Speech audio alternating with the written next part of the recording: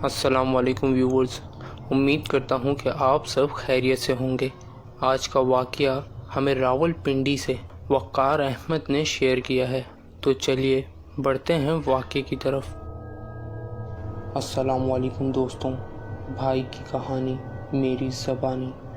میرا نام وقار احمد بروئی ہے اور میرا تعلق راول پنڈی سے ہے۔ کچھ ضروری کام کی وجہ سے مجھے دوسرے شہر جانا پڑا اور وہاں میرا کوئی بھی جان پہچان والا نہیں تھا۔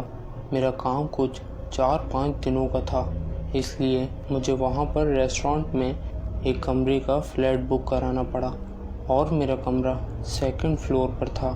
سارا دن کام کی وجہ سے جسم میں تھکان سی محسوس ہو رہی تھی۔ کام کرنے کے بعد واپس آنے میں کچھ دیر باقی تھی۔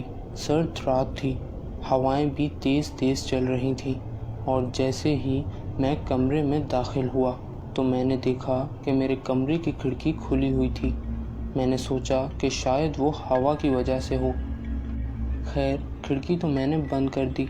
اب بھوک بھی کافی لگ رہی تھی، اس لیے میں نے فون کر کے نوکر کو کھانا لانے کے لیے کہا اور اب وہ کھانا بھی لا چکا تھا۔ میں نے بھی ہاتھ منہ دھو کر کھانا کھایا۔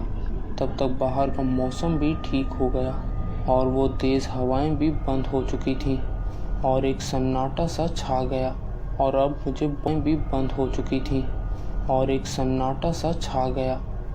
مجھے بہت نیند آ رہی تھی۔ جیسے ہی میں اپنے بستر پر سونے گیا تو نیند نے مجھے اپنی لپیٹ میں لے لیا۔ کچھ دیر بعد ایک زوردار آواز کی وجہ سے میری آنکھ کھل گئی۔ وہ آواز کسی اور چیز کی نہیں تھی بلکہ وہ آواز کھڑکی کھلنے کی تھی۔ میں اٹھا اور کھڑکی کی طرف گیا۔ باہر جھانکا، کچھ بھی نہیں تھا۔ میں نے سوچا کہ شاید یہ ہوا کی وجہ سے ہو، لیکن ایسا بالکل نہیں تھا کیونکہ ہوا مکمل بند ہو چکی تھی۔ خیر، میں نے کھڑکی بند کر دی اور صبح اٹھ کر کام کاج سے فارغ ہو کر اپنے کمرے میں آ گیا اور کھانا کھانے کے کچھ دیر بعد سو گیا۔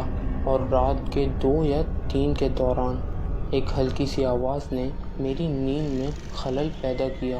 یہ آواز کمرے کے باہر سے آ رہی تھی، جو کہ ایک عورت کے رونے کی آواز تھی۔ وہ آواز میرے کمرے میں ہلکی سی آ رہی تھی تو میں نے سوچا کہ کسی کے گھر کا معاملہ ہوگا۔ سوچا کہ دیکھنے میں کیا جاتا ہے، دیکھ آتا ہوں۔ اب میں کمرے سے باہر آ چکا تھا۔ باہر اندھیرا تھا۔ آواز اب بھی مجھے سنائی دے رہی تھی اور اب یہ آواز مجھے اوپر کے 3rd فلور پر سنائی دے رہی تھی۔ مجھے بہت خوف محسوس ہو رہا تھا، حالانکہ بھلا کون ہو سکتی ہے یہ عورت اور اتنی رات میں کیوں رو رہی ہے۔ اب میں تھوڑا سا ہی آگے گیا پر وہ رونے کی آوازیں بند ہو گئیں۔ میں بھی اپنے کمرے میں آیا۔ صبح کو میں نے اسٹاف سے پوچھا کہ اوپر والے فلور پر کون کون رہتے ہیں تو اس نے مجھے بتایا کہ وہاں کوئی بھی نہیں رہتا۔ میں یہ سن کر دنگ رہ گیا۔ میں نے بولا، یہ کیسے ہو سکتا ہے؟ میں نے خود اوپر والے کمرے میں کسی لڑکی کی رونے کی آواز سنی ہے۔ نوکر نے بات کو ٹالتے ہی مجھ سے کہا، آپ نے کوئی خواب دیکھا ہوگا، اور پھر میں وہاں سے چلا گیا اور اگلی رات پھر مجھے ایسی ہی آوازیں سنائی دیں۔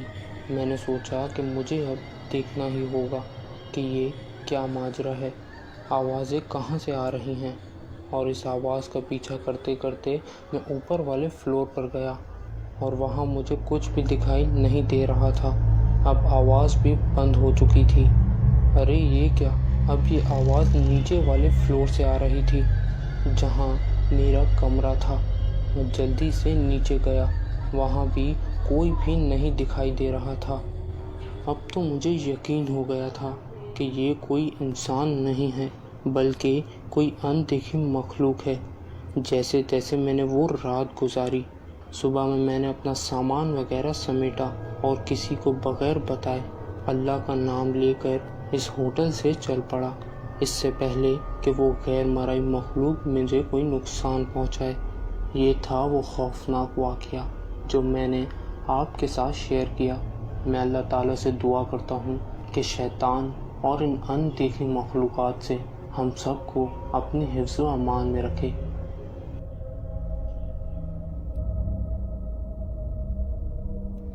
اگر آپ چینل پر نئے ہیں تو ہمارے چینل کو سبسکرائب کر دیں اور بیل آئیکن کو ضرور پریس کریں تاکہ اسی طرح کی خوفناک ویڈیوز آپ کو ملتی رہیں۔ اللہ حافظ۔